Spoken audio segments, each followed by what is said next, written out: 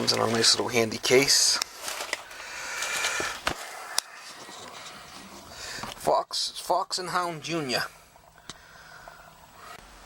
Yeah, guys, another tool I wanted to show you I picked up. This is a little Fox and Hound tool for checking, like, if you got to locate thermostat. Say you got a condensing unit on the roof and there's a whole bunch of them and you don't know which unit is yours.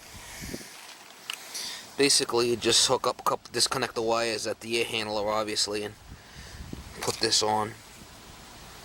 This thing is got a little thing. We'll go down the other end down here.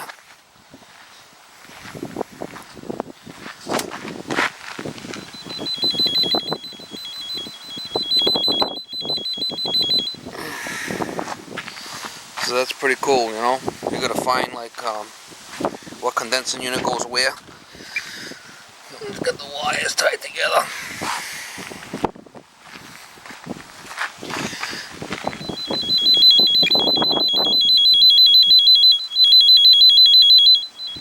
I think that's pretty cool. Can use it on phone lines and whatnot also. I think that's a cool little setup. I'll end up using this. You can use it on any kind of wiring. I think that's pretty cool.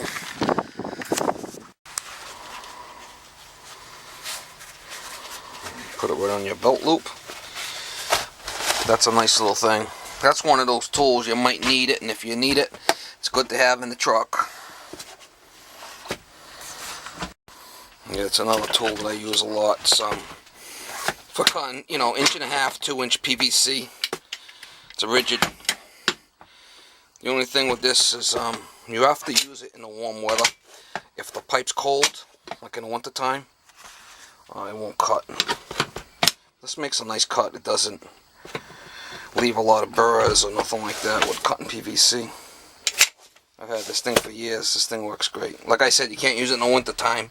If the pipe's cold, it'll crush the pipe. The pipe will crack. In this summer, I would say anything above, you know, 50 degrees, you're good to go with this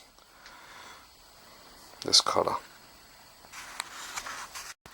Yeah, guys, one other tool I wanted to show you guys. You got a piece of 3-inch PVC here.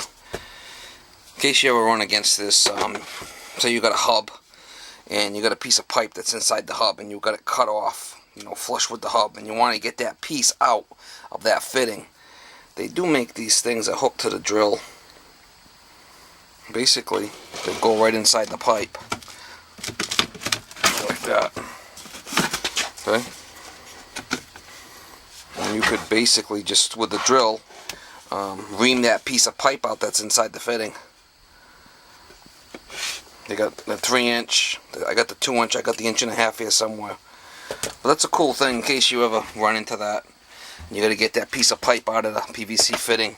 You know, we run into that in the field sometimes. You know, whether the hub's just coming through the floor and you got it cut off, you have just the hub and you got to get that plastic piece. You can cut this with a Sawzall and peel it out with a screwdriver too if you had to. But this is a better way, these tools right here. I just figured I'd share that with you guys. I don't know if you've ever seen them before, but they're good to have in your arsenal of tools.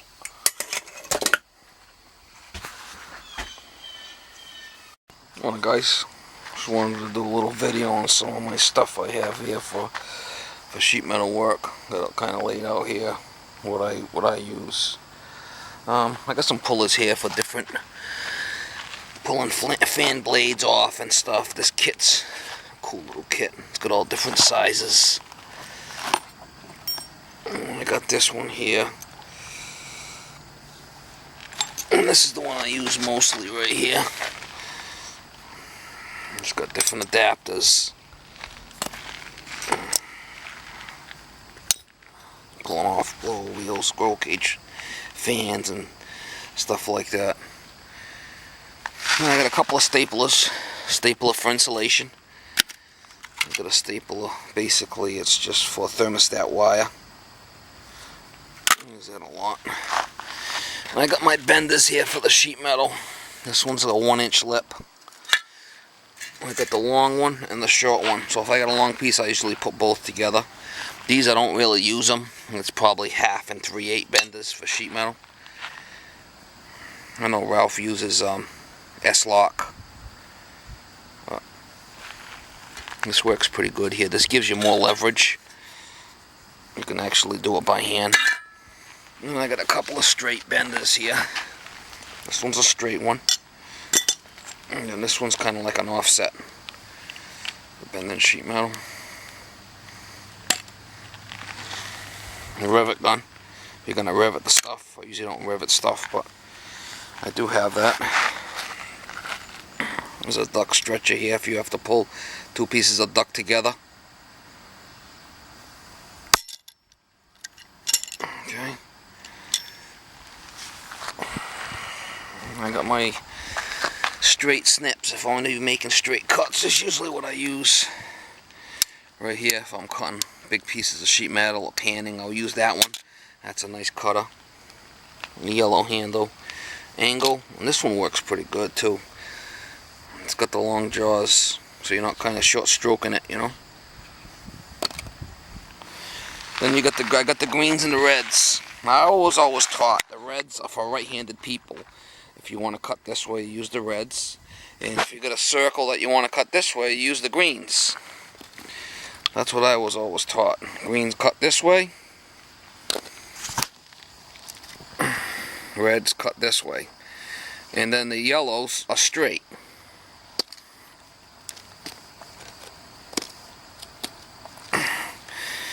I got this little clipper here. It's basically like if you, the little nipper. Like if you have a plenum and you want to cut the corners out of the plenum, this is what you use. This little snipper here. And I got my crimper for sheet metal pipe. If you got to cut a piece of pipe and you want to crimp it, it's the crimper. These are what they call bulldogs.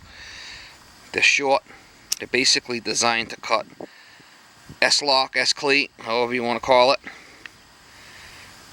Stuff like that. Or hanger material. You know, the stuff that you slide, you know, to put the ducts together. That's great for cutting that. And I got my flex knife here. You run 6/8, 12-inch flex. This is what you use to cut it. And you cut the wire. You cut the wire with that little piece right there. Need that. And I got these dividers if you wanted to make a 12-inch circle or 8-inch circle. What I usually do is I'll just put the starting collar on there and mark it with my Sharpie, and I'll just cut it out. Right? These are pretty cool right here. They're duct hangers. Say if you're going to be running a truck line of duct in a house, you put these hangers down and it'll hold the duct up in place for you, like an extra pair of hands. I don't do a lot of installs. I'm more of a repair guy, but I like to have this stuff in case I ever need it. It's there. Alright. Here's my little nibbler. It's a little Lesco. Fits right in my hand. It's great for cutting out, you know, sides of furnaces and whatnot. An old sheet metal guy that was in the business for like 45 years. He retired, didn't have no son. I did a job for him. He wanted me to have this. This is a great little nibbler. It's tiny. You can see my hand here. Look how tiny it is. The little switches right here on the bottom. I don't make these anymore, but you can find them. I found a couple. I've got another one in the garage, almost like brand new. That's my nibbler. That's pretty much it for my sheet metal stuff.